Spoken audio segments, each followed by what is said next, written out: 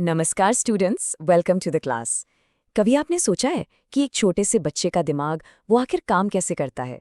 एक बेबी सिर्फ इधर-उधर देखने से लेकर दुनिया को सच में समझने तक का सफर कैसे तय करता है?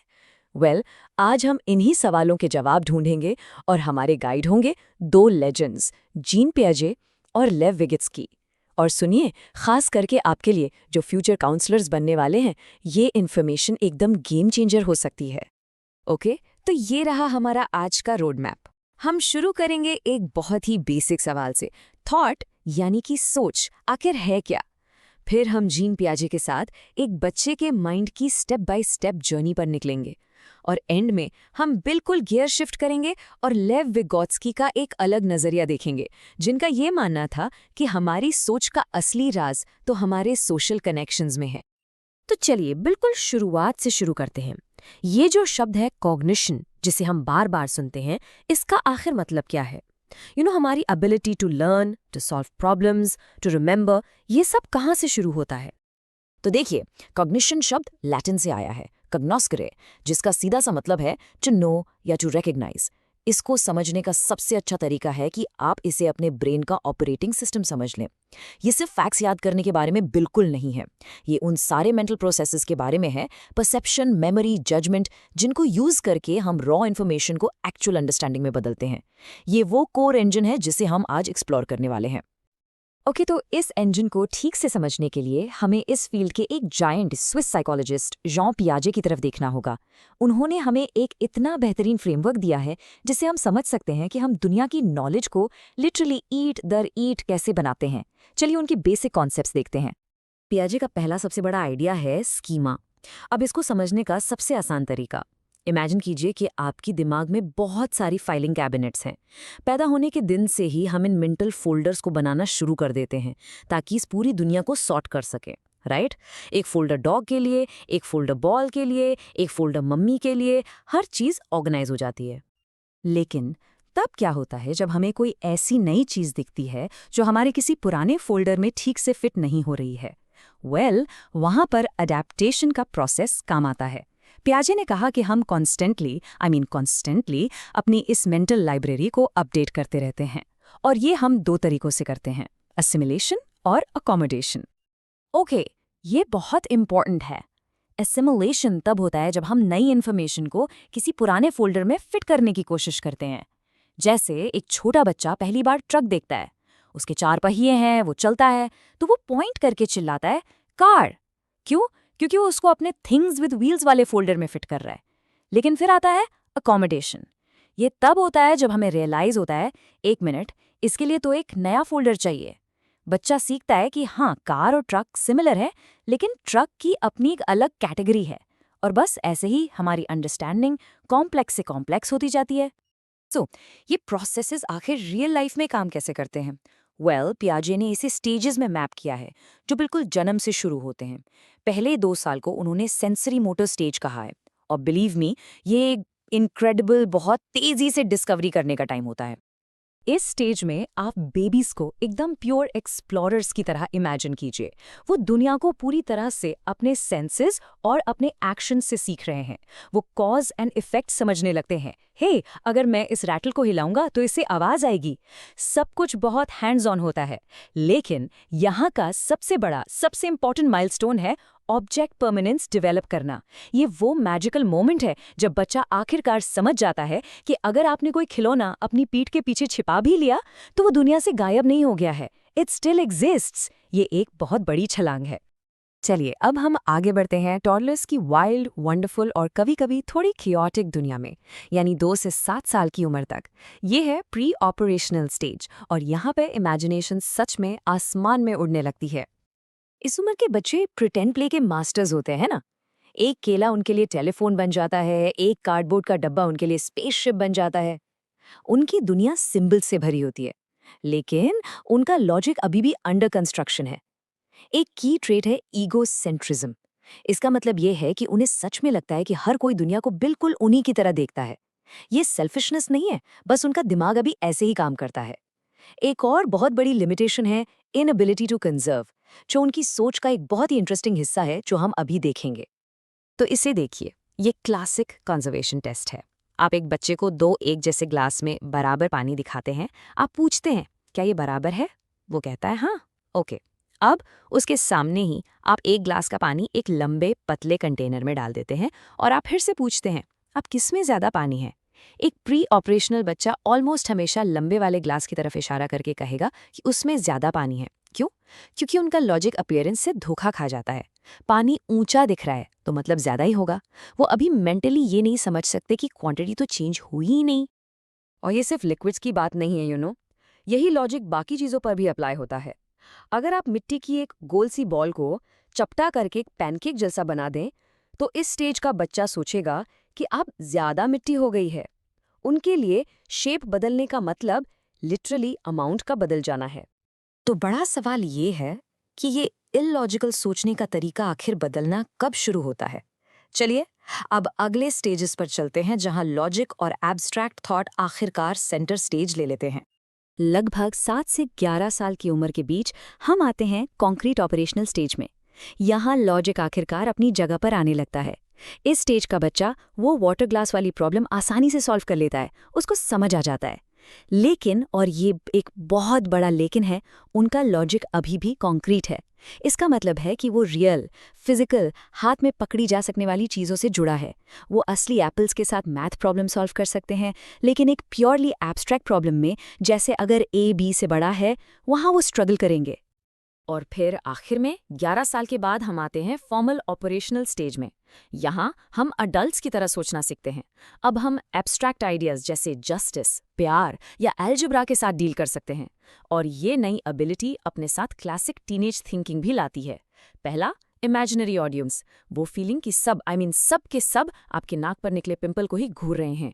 और दूसरा, पर्सनल फेबल, वो गहरा अटूट विश्वास कि दुनिया के इतिहास में कभी किसी का दिल इतना नहीं टूटा होगा जितना आपका टूटा है। लेकिन रुकिए, पियाजे की ये step by step individual journey, इसे देखने का ये इकलौता तरीका नहीं है। उनके ही समय के एक और ब्रिलियंट थिंकर लेव विगोत्स्की का एक बिल्कुल अलग आइडिया था। उन्होंने कहा कि आप एक बच्चे के माइंड को उसकी सोशल वर्ल्ड को देखे बिना समझ ही नहीं सकते। विगोत्स्की के लिए असली चाबी बच्चे के दिमाग के अंदर नहीं थी, वो उसके दूसरे लोगों के साथ इंटरैक्शंस में थी। वाइगोत्स्की का पूरा पॉइंट ये था कि हम चीजें सिर्फ अकेले ही फिगर आउट नहीं करते, बल्कि हम सोचना सीखते हैं अपने आसपास के नॉलेजेबल लोगों से इंटरैक्ट करके। हमारे पेरेंट्स, हमारे टीचर्स, बड़े भाई बहन, दोस्त। उनके लिए लर्निंग कोई सोलो मिशन नहीं है, ये एक टीम स्पॉट है। और ये हमें वाइगोत्स्की के सबसे फेमस और पावरफुल आइडिया पर लाता है, the zone of proximal development या ZPD। इसको ऐसे सोचिए, इमेजिन कीजिए एक बच्चा साइकिल चलाना सीख रहा है। कुछ चीज़ें हैं जो वो अकेले कर सकता है, राइट, जैसे साइकिल पर बैठना। और कुछ चीज़ें हैं जो वो बिल्कुल नहीं कर सकता, जैसे एक पहिए पर साइकिल चलाना। ZPD इन दोनों के बीच का वो स्वीट स्पॉट है। ये ट्रेनिंग व्हील्स के साथ साइकिल चलाना है या पेरेंट का पीछे से सीट को पकड़ना है। ये वो जोन है जहां बच्चा चैलेंज्ड फील करता है, लेकिन उसके पास बिल्कुल सही अमाउंट की सपोर्ट होती है। वाइगोत्स्की ने कहा, असली लर्निंग यही होती है। तो अगर आप इन दोनों जायंट्स को साइड बाय साइड रखें तो आपको डेवलपमेंट की तो बिल्कुल अलग तस्वीरें दिखेंगी। पियाजे के लिए बच्चा एक लोन साइंटिस्ट जैसा है जो अकेले ही दुनिया को एक्सप्लोर और डिस्कवर करा है। लेकिन वाइगोत्स्की के लिए बच्चा एक अप्रेंटिस जैसा है जो अपने मास्टर्स को देखकर और उनसे इंटरैक्ट करके अपना क्राफ्ट सीख रहा है। एक इंटरनल डिस्कवरी पर जोर देता है, दूसरा सोशल गाइडेंस पर। और सच कहूं, दोनों ही बहुत पावरफुल तरीके हैं ये समझने के कि हम सोचते कैसे हैं और ग्रो कैसे करते हैं। तो इस सब को समेटने के लिए मैं आपको एक सवाल के साथ छोड़ना चाहता हूं जो सीधा आपके future work as a counsellor से जुड़ा है। ये सब आखिर मैटर क्यों करता है? रियली, ये सब जानने के बाद आपका अप्रोच कैसे बदलेगा जब आप एक 7 साल के क्लाइंट से बात कर रहे हैं जो बहुत कॉन्क्रीट टर्म्स में सोचता है, बनिस्बत उस 15 साल के एडोलेसेंट के जो दुनिया के बारे में अपनी बड़ी बड़ी एब्स्ट्रैक्ट थ्योरीज बना रहा है। मैं चाहता हूं कि आप इस पर ज़रूर सोचें, because that is where all this theory hits the road and becomes real life practice. Hello, everyone, and welcome. Today, we're going to dive into some really fundamental ideas about how the human mind learns. Now, for anyone going into a field like counseling, understanding how people form habits, learn new behaviors, and ultimately how they change, well, it's absolutely essential. So let's get right into it. So let's start with the biggest question of all. one that's fascinated psychologists for ages. How do we actually learn? Is it just about cramming information into our brains? Or is there something deeper, something more complex going on? Here's our game plan for today. We're going to start with cognitive theories, learning that happens inside our heads through thought. Then we'll switch gears and look at behavioral theories, which are all about learning by doing. And finally, we'll bring it all together and see how you can use these powerful ideas in your own practice. All right, let's kick things off with Jerome Bruner's constructive theory. Now, the core idea here is really important. Learning is an active process. We don't just sit back and absorb information like a sponge. Instead, we're actively building new ideas based on what we already know and what we've experienced before. So Bruner believed that we have 3 different ways of representing and storing knowledge in our minds. And as we grow up, from being a baby to an adult, we get better and better at using each of these different modes. The first one is called inactive representation. The easiest way to think about this is just learning by doing. It's all about action. Think about learning to ride a bike. You can read a book about it, watch videos, but you won't really learn until you physically get on the bike and do it. That's inactive learning. The second mode is iconic representation, and this is all about images. This is when we use visuals, like charts or diagrams, to understand and store information. Just look at the example here. Trying to understand the digestive system from a wall of text is tough, but a single clear diagram can make it all click, right? And the third one is symbolic representation. This is where we get a bit more abstract. It's language-based. We use symbols like words, numbers, and mathematical formulas to represent our knowledge. So when you see 5 times 4 on a page, your brain immediately knows that means 5 times 4. It's a super efficient way to encode information. Now, let's build on that with our next cognitive theory. This one uses a really powerful and familiar analogy, the idea that our mind works a lot like a computer. This is called the information processing theory. And if you look at the STORE model here on the slide, you can see how it breaks our memory down into 3 distinct stages. Just like a computer, information gets put in, it gets processed, and then it gets stored so we can use it later. Okay, so first up, all the information from the world enters our sensory register. You can think of this like a computer's keyboard or its microphone. It's just taking in a flood of raw data from our senses, sights, sounds, smells. But here's the thing, this info is incredibly brief. It only lasts for a split second. Now, if we decide to pay attention to some of that sensory information, it moves into our short-term memory. This is like the computer's RAM. It's our working memory, right? It's the mental desktop where we're actively thinking. But its capacity is super limited. We can only hold about 7 pieces of information there, and only for about 20 seconds. And finally, if we process that information, if we work with it and connect it to things we already know, it gets stored in our long-term memory. This is the computer's hard drive. Its capacity is basically unlimited, and information stored here can last a lifetime. All right, so let's shift gears now. We've been talking a lot about what's happening inside our minds, the cognitive side of things. But now we're going to switch over to the behavioral theories. Here, the focus isn't on our thoughts, but on our observable actions, what we actually do. Edward Thorndike's trial and error theory is perfectly captured by his famous experiments with cats. Just picture it. A hungry cat is in a puzzle box, and it can smell fish just outside. So it does what cats do. It jumps around, it scratches, it bites at the bars. Until, completely by accident, it hits the latch and the door opens. The next time it's put in the box, it finds that latch much, much faster. It's learning by trying things out until something works. So the really cool thing is that this trial and error learning seems to be governed by 3 pretty simple laws. First, the law of effect. If an action leads to a good outcome, we're more likely to do it again. Makes sense, right? Then, the law of frequency. The more you do something, the stronger that connection becomes. And finally, the law of recency. We're more likely to repeat an action we just performed. This idea of learning from the outcomes of our actions leads us straight to 2 of the most famous theories in all of psychology. Conditioning. We're going to talk about 2 giants in the field here, Ivan Pavlov and B.F. Skinner. First up, we have classical conditioning, discovered by Ivan Pavlov. This is all about learning by association. Essentially, we learn to respond to a neutral signal just because it's been repeatedly paired with something that already triggers a response. The example on the slide shows how a bell, which wakes a child, can be paired with the feeling of bladder tension. After a while, that feeling alone is enough to wake the child up. A new connection has been learned. Okay, this slide is a fantastic summary of the difference between Pavlov's classical conditioning and B.F. Skinner's operant conditioning. Classical conditioning is about involuntary, automatic behaviors. The learner is pretty passive, but in operant conditioning, it's all about voluntary behaviors. The learner is active, making choices, and learning directly from the consequences of those choices. In operant conditioning, the single most important concept is reinforcement. A reinforcer is literally anything that strengthens a behavior, making it more likely to happen again. It can be positive, like adding a reward, or negative, which means taking away something unpleasant. It can also come from inside, like a feeling of pride, or from the outside, like getting a prize. So, all this theory is great, but what does it actually mean for you in the real world? This is where we connect these ideas to practical problems. For anyone trying to help people change, as a counselor, a therapist, even a teacher, these theories are the powerful tools in your toolkit. Okay, imagine a client comes to you with a severe phobia of elevators. This is where you can pull out your knowledge of classical conditioning. By slowly and very safely helping them associate the elevator with a new, calm response, you can actually help them unlearn that automatic fear response. Or, what about a client who wants to build a new positive habit, like exercising every day? Well, operant conditioning is your best friend here. You can teach them about shaping, which is just taking small, manageable steps. And after each successful step, you can encourage them to give themselves a positive reward to strengthen that new habit.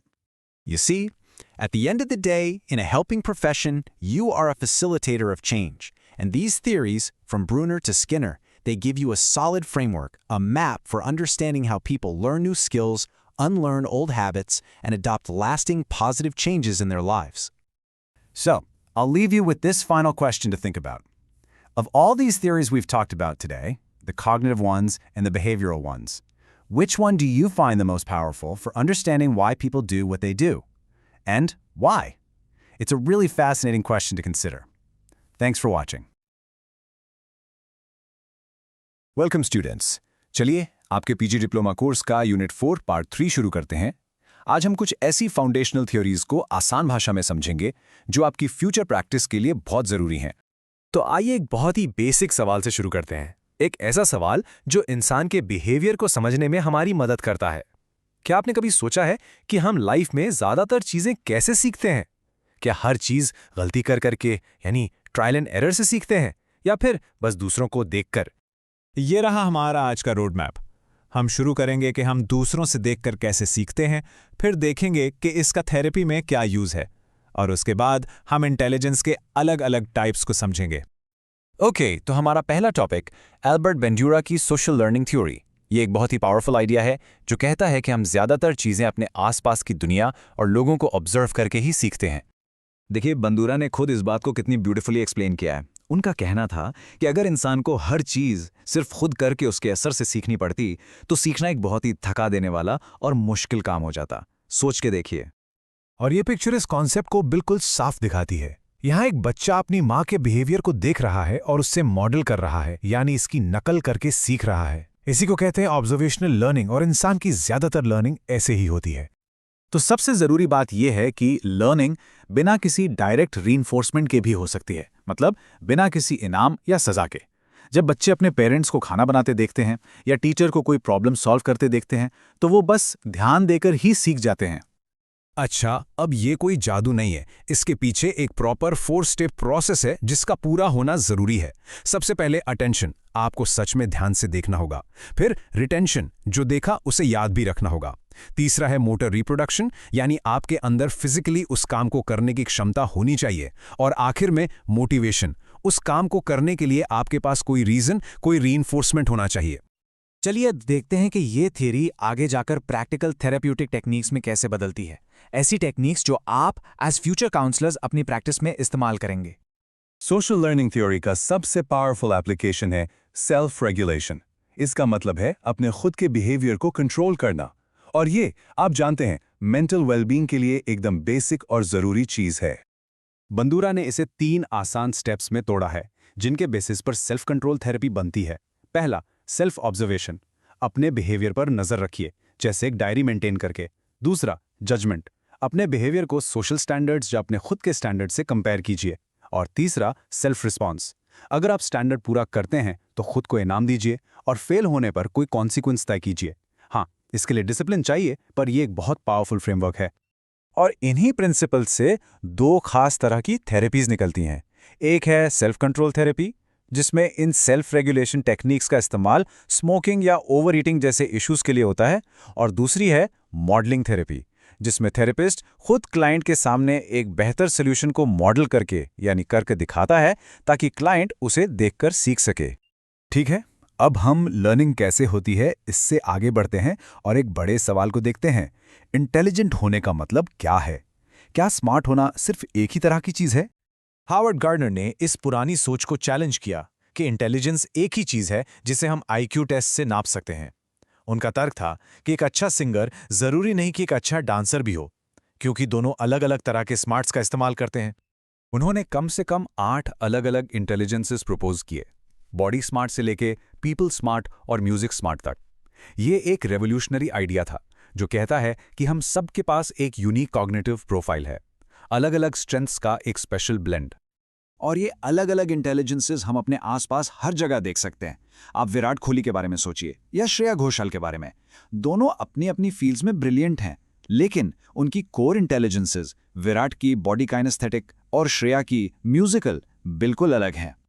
तो सवाल उठता है, अगर इतनी सारी intelligences हैं तो ये सब मिलकर काम कैसे करती हैं? इसके लिए रॉबर्ट स्टर्नबर्ग ने एक इंटीग्रेटेड मॉडल पेश किया। स्टर्नबर्ग की ट्रायर्किक थ्योरी इस पूरी कॉम्प्लेक्सिटी को 3 आपस में जुड़े हुए हिस्सों में सिंप्लीफाई करती है। जैसा कि आप इस डायग्राम में देख सकते हैं, ये हैं कॉम्पोनेंशियल, एक्सपीरियंशियल और कॉन्टेक्सचुअल इंटेलिजेंस। ये 3 पिलर्स हैं जिससे उन्होंने सक्सेसफुल इंटेलिजेंस कहा। कॉम्पोनेंशियल इंटेलिजेंस आपके बुक स्मार्ट्स हैं, आपकी एनालिटिकल स्किल्स। एक्सपीरियंशियल इंटेलिजेंस आपकी क्रिएटिविटी है कि आप नई सिचुएशंस में कैसे रिएक्ट करते हैं। और कॉन्टेक्सचुअल इंटेलिजेंस आपके स्ट्रीट स्मार्ट्स हैं, वो प्रैक्टिकल इंटेलिजेंस जिससे आप असली दुनिया में अडैप्ट करते हैं। तो हमारे लिए इस सब का सार ये है कि एक इफ़ेक्टिव थेरेपिस्ट बनने के लिए ये समझना कि लोग ऑब्जर्व करके कैसे सीखते हैं और ये भी समझना कि वो कितने अलग अलग तरीकों से इंटेलिजेंट हो सकते हैं, दोनों ही बेहद ज़रूरी है। आपको ये सारे पहलू समझने होंगे, तभी आप अपने क्लाइंट की दुनिया को सच में समझ पाएंगे। तो मैं आपको इस आखिरी सवाल के साथ छोड़ता हूं। एक फ्यूचर थेरेपिस्ट के तौर पर आप अपने अंदर कौन सी इंटेलिजेंस को, शायद इंटरपर्सनल या इंट्रापर्सनल, सबसे ज़्यादा डेवलप करेंगे ताकि आप अपने क्लाइंट्स से बेहतर कनेक्ट कर पाएं? इस पर ज़रूर सोचिए।